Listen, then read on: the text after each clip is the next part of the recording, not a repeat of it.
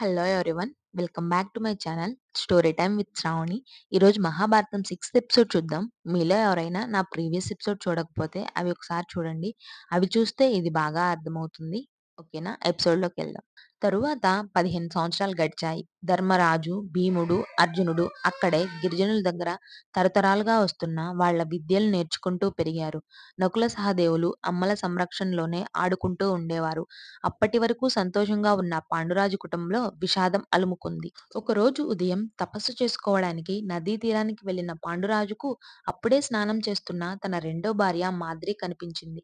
15 సంవత్సరాలుగా బ్రహ్మచర్యాన్ని పాటించిన పాండురాజు తడిచిన వస్త్రాలతో దర్శనమిచ్చిన తన భార్యను చూసి ఆ క్షణంలో నిగ్రహాన్ని కోల్పోయాడు. తన శరీర వాంఛను తీర్చమని మాద్రిని అడిగాడు. స్వామి, మీకు శాపముంది. మీరు ఏ రోజైతే స్త్రీతో శారీరకంగా కలుస్తారో ఆ రోజే మీరు మరణిస్తారన్న విషయాన్ని మరిచారా? అని ఆమె అన్నది. మరువలేదు, కానీ నీ రూపం నన్ను మరలగొలుపుతున్నది. నాకేమైనా పర్వాలేదు, కానీ ఈ రోజు నా కోరిక తీరవలసిందే అంటూ పాండురాజు ఆమెను బలవంతం చేశాడు. అతన్ని ఆపడానికి మాద్రి ఎన్నో రకాలుగా ప్రయత్నం చేసింది, కానీ విఫలమయ్యింది. సాయంత్రమైంది. కుంతి తన పిల్లలతో ఇంటికి వచ్చింది. చాపపైన చావు బతుకుల మధ్య ఊగిసలాడుతున్న పాండురాజు కనిపించాడు. పక్కనే కూర్చుని ఉన్న మాద్రి బోరున ఏడుస్తూ ఉంది. అక్కడ ఏం జరిగిందో కుంతికి అర్థమైంది. ఆమెకి ఇంక బాధపడడం తప్ప మరేం చేయాలో అర్థం కాలేదు.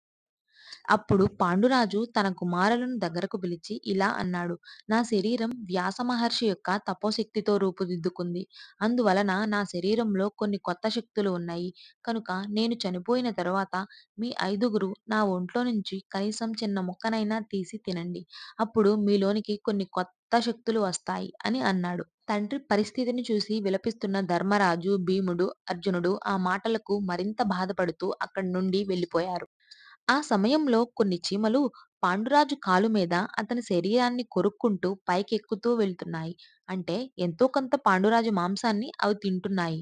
తండ్రి మాటలను గౌరవించిన నకుల సహదేవులు చెరొక చీమని పట్టుకొని నోట్లో వేసుకొని తిన్నారు. వెంటనే వాళ్ళు కళ్ళు బైర్లు కమ్మాయి. కాసేపు ఏమీ కనిపించలేదు. ఏవో పెద్ద శబ్దాలు, అరుపులు, ఏనుగులు, గుర్రాలు, కత్తులు దూసి కలబడిన చప్పుళ్లు వినిపించాయి. వాళ్ళ ముందు ఏదో పెద్ద యుద్ధ సన్నివేశం కనిపించింది. అదే కురుక్షేత్రం. ఎందుకు జరిగింది అనే కారణాలు, కథ, కథనాలు, భవిష్యత్తు మొత్తం వాళ్ళకి కనిపించింది. దాన్ని చూసి భయంతో వణకడం మొదలుపెట్టారు. ఈ విషయాన్ని తమ అన్నలకు చెప్పి ఆ యుద్ధం జరగకుండా ఆపాలి అని వేగంగా పర్ణశాల బయటకు వచ్చారు. బయట తేజస్సుతో ఉట్టిపడుతున్న ఒక యుద్ధ బ్రాహ్మణుడు కనిపించాడు. ఆగండి, ఎక్కడికి అంత కంగారుగా వెళ్తున్నారు అని బ్రాహ్మణుడు అడిగాడు. కురుక్షేత్రం అనే పెద్ద యుద్ధం జరగబోతుంది. దాన్ని ఆపడానికి భవిష్యత్తులో ఏం జరగబోతుందో మా అన్నలకు చెప్పడానికి వెళ్తున్నాము అని నకుల సహదేవులు అన్నారు. మీ అన్నలకు చెప్పే ముందు మీరు తప్పు చేస్తున్నారని తెలుసుకోండి అని ఆ బ్రాహ్మణుడు అన్నాడు. ఇందులో తప్పేముంది? మీరు చెప్పబోయేది తప్పని నేను నిరూపిస్తాను. అప్పుడు మీరు నేను చెప్పినట్లు వినవలసి ఉంటుంది. ఒకవేళ నేను నిరూపించలేకపోతే మీకు నచ్చింది మీరు చేసుకోండి అని ఆ బ్రాహ్మణుడు అన్నాడు. అందుకు వాళ్ళు సరే అని ఒప్పుకున్నారు. అప్పుడు బ్రాహ్మణుడు మీకు తెలిసిందేంటి అని అడగగా భవిష్యత్తులో జరగబోయేది అని అన్నారు వాళ్ళు. సరే, మీ అన్నలకు చెప్తే ఏం జరుగుతుంది అని అతను అడిగాడు. జరిగేది జరగకుండా ఆగుతుంది. అంటే జరగబోయేది చెప్పిన తరువాత మీరు దాన్ని జరగకుండా ఆపుతారు. జరగవలసింది జరగకుండా ఆపడం వలన అదే జరుగుతుందని మీ అన్నలకు మీరెలా చెప్తారు? పైగా జరగాల్సిన దానికన్నా ఇంకా ప్రమాదకరమైంది ఏదైనా జరగవచ్చు అని అన్నాడు. ఇక వాళ్ళు సందేహంలో పడ్డారు. వాళ్ళు చేస్తోంది సరైనది కాదని తెలుసుకున్నారు. అప్పుడు బ్రాహ్మణుడు నేనే గెలిచాను కాబట్టి నేను చెప్పినట్లు జరుగుతుంది. నకులా, ఇకపై భవిష్యత్తులో జరగబోయేది ఎవరికైనా చెప్పాలి అని నీవు ప్రయత్నిస్తే నీ తల 1000 ముక్కలై నీవు మరణిస్తావు. సహదేవ, ఈ రోజు నుండి జరగబోయే భవిష్యత్తు నీవు కేవలం ఒక కలగానే అనిపిస్తుంది. భవిష్యత్తును నీవు కల అని అనుకోవడం వలన అది అంత ముఖ్యమైనది కాదని అనుకొని దాన్ని కొట్టిపారేసి వేరెవ్వరికీ చెప్పవు అని అన్నాడు. గుమ్మంలో జరుగుతున్న ఈ విషయాన్నంతా లోపల నుండి పాండురాజు చూస్తున్నాడు. బ్రాహ్మణ, ఒకసారి ఇలా రండి అని పిలిచాడు. ఓ బ్రాహ్మణ, మీరు వృద్ధులు. ఒకవేళ మీకన్నా ముందుగా నా కుమారులు ఐదుగురు మరణిస్తే మీ కడుపు మీద వాళ్ళ చితిని పెట్టుకొని కాల్చుకోవాలి అని మాటివ్వండి అని పాండురాజు వృద్ధుణ్ణి కోరాడు. ఆ మాటకి అర్థమేమిటంటే, బ్రాహ్మడి కన్నా ముందుగా పాండురాజు పిల్లలు చనిపోతే, బ్రాహ్మణుడు కూడా వాళ్ళతో కలిసి చనిపోవాలి. ఆ బ్రాహ్మణుడు బ్రతకాలంటే పాండురాజు పిల్లలని ఆ బ్రాహ్మణుడే కాపాడాలి.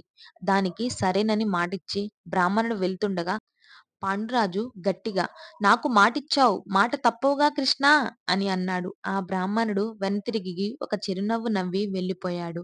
అంటే ఆ బ్రాహ్మణుడు ఎవరో కాదు, యదువంశ నందనుడు శ్రీకృష్ణ వాసుదేవుడు. ఇక పాండవులను రక్షించవలసిన బాధ్యత శ్రీకృష్ణుడిదే అయింది. పాండురాజు మరణించాడు. పాండురాజును దహనం చేస్తున్న సమయంలో నకుల సహదేవులను కూడా "నీ పిల్లలతో సమానంగా చూసుకో అక్కా! మన భర్త మరణానికి ప్రత్యక్షంగానో, పరోక్షంగానో నేనే కారణం. నాకిక బ్రతికే అర్హత లేదు" అని మాద్రి కుంతీతో చెప్పి పాండురాజు శరీరాన్ని కాల్చడానికి ఏర్పాటు చేసిన చితిలోకి దూకి భర్తతో పాటు మరణించింది. పాండురాజు పిల్లలైన పంచ పాండవులకు వాళ్ళ తల్లే కుంతీదేవి ప్రపంచమయ్యింది. ఆ అడవిలో, ఆ పర్ణశాలలో పాండవులతో కుంతీదేవి నివసిస్తున్నప్పుడు ఎటు చూసినా ఆమె భర్తతో గడిపిన గుర్తులు ఆమెను రోజురోజుకీ బాధపెడుతూ ఉన్నాయి. ఇక ఈ పర్ణశాలలో ఉండకూడదు. రాజుల్లా బ్రతకవలసిన నా కొడుకులు ఇలా అడవిలి పాలు కావడం నాకిష్టం లేదు. వాళ్ళకి హక్కయిన ఆ రాజసింహాసనం వాళ్లకు దక్కేలా చేస్తాను అని అనుకొని హస్తినాపురానికి వెళ్ళడానికి నిర్ణయించుకుంది. అక్కడ హస్తినాపురంలో ఉన్న దుర్యోధనుడు అధికారంగా రాజు కాకపోయినా త్వరలో తనే రాజవుతానని ఎన్నో ఆశలతో ఉన్నాడు.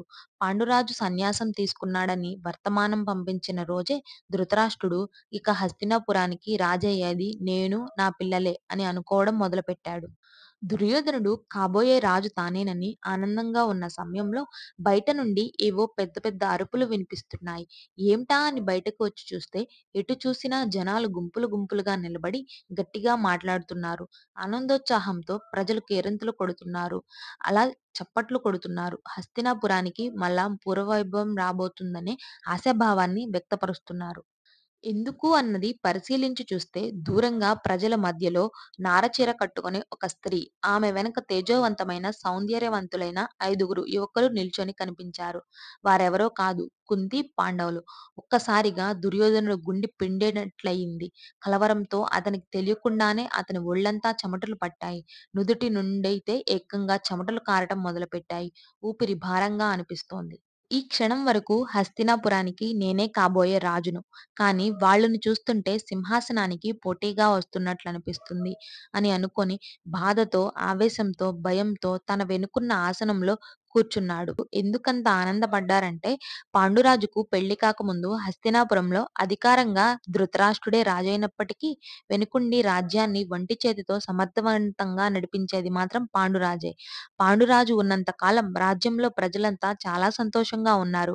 అందుకే పాండురాజు పిల్లలే మళ్ళీ రాజవుతారన్న ఆనందంతో హస్తినాపుర ప్రజలు సంతోషాన్ని వ్యక్తం చేస్తున్నారు. ఇంతవరకు మనం చెప్పుకున్నదంతా మహాభారతానికి నేపథ్యం మాత్రమే. అసలు మహాభారతం కథ ఇప్పుడే స్టార్ట్ అవుతుంది. మహాభారత గ్రంథంతో పాటు మనం మన ప్రయాణాన్ని మొదలు పెడదాం. దాన్ని కాలాతీత జ్ఞానాన్ని మనలో నింపుకోవడానికి మన హృదయాలను, మనస్సులను తెరిచిపెడదాం. దాని పాత్రల్లో లోతుల్లోకి తొంగి చూద్దాం. అందులోని తాత్విక బోధనల గురించి ఆలోచిద్దాం. ఇందులో ఉన్న మానవ స్థితిగతులపై దీర్ఘ దృష్టిని మెచ్చుకుందాం. నీతి, కరుణ, నిస్వార్థం వంటి సుగుణాలను స్వీకరించడానికి భారతం ఉపయోగపడుతుంది. జీవితంలోని సవాళ్లను ధైర్యంగా ఎదుర్కోవడానికి ఈ గ్రంథం ప్రేరకంగా నిలబడుతుంది. సత్యం, న్యాయం, ఒక శక్తిపై అంచెలు విశ్వాసంతో ఉండటానికి ఈ ఇతిహాస కథ మనకు దోహదపడుతుంది. శతాబ్దాలుగా జీవితాలను ఆకర్షించి మార్చివేసిన గొప్ప గ్రంథం మహాభారతం. అనన్య సామాన్యమైన మహాభారత ప్రపంచానికి స్వాగతం. ఈ గ్రంథం వల్ల కలిగే జ్ఞానం మీ జీవిత రహదారికి వెలుగునిస్తుంది. ఏంటి మహాభారతం వింటే జీవితాలు మారిపోతాయా అంటారేమోనండి. ఫస్ట్ నమ్మాలి. నమ్మి చేస్తే ఏదైనా సాధ్యమవుతుంది. Okay. Thank you for watching this video. ఇలాంటి మంచి మంచి వీడియోస్ కావాలంటే నా ఛానల్‌ని సబ్స్క్రైబ్ చేసుకోవడం మర్చిపోవద్దు. రేపటి నుంచి కంటెంట్ వేరే లెవెల్‌లో ఉంటుంది. Thank you. Please like, share and subscribe.